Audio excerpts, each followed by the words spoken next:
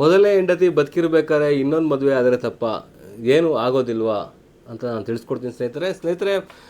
ನಮ್ಮ Hindu marriage act ಪ್ರಕಾರವಾಗಿ ಒಬ್ಬ ಗಂಡ ಒಬ್ಬ ಹೆಂಡತಿ ಕೇವಲ ಒಂದು ಬಾರಿ ಒಬ್ಬರನ್ನ ಮಾತ್ರ ಮದುವೆ ಆಗಬೇಕು ಅಂತ ಕಾನೂನಿದೆ ಸ್ನೇಹಿತರೆ. ಗಂಡ ಅಥವಾ ಹೆಂಡತಿ ಬದುಕಬೇಕಾದ್ರೆ ಮತ್ತೊಂದು ಗಂಡ ಅಥವಾ ಹೆಂಡತಿ ಜೊತೆ ಮದುವೆ ಆಗೋದು ಕಾನೂನು ಬಾಹಿರ ಅಪರಾಧ. ಹೆಂಡತಿ ಸತ್ತ ಮೇಲೆ ಅಥವಾ ಡೈವರ್ಸ್ ಕೊಟ್ಟ ಮೇಲೆ ಇನ್ನೊಂದು ಮದುವೆ ಆದರೆ ಯಾವುದೇ ರೀತಿ ಪ್ರಾಬ್ಲಮ್ ಇಲ್ಲ.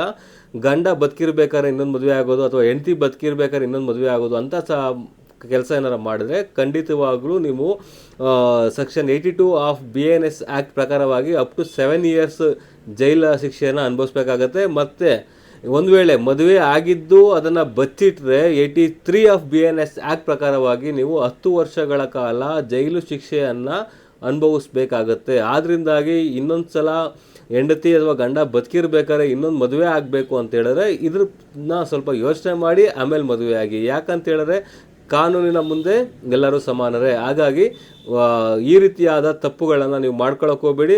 ಒಂದು ವೇಳೆ ಇನ್ನೊಂದು ಮದುವೆ ಆಗಬೇಕು ಅಂತ ಹೇಳಿದ್ರೆ ಡೈವರ್ಸ್ ಮಾಡಿ ನಂತರ ಮದುವೆ ಆಗಿ. ಹೆಂಡತಿ ಅಥವಾ ಗಂಡ ಬದುಕಿರ್ಬೇಕಾದ್ರೆ ಇನ್ನೊಂದು ಮದುವೆ ಆಗೋಕ್ಕೆ ಹೋಗಬೇಡಿ.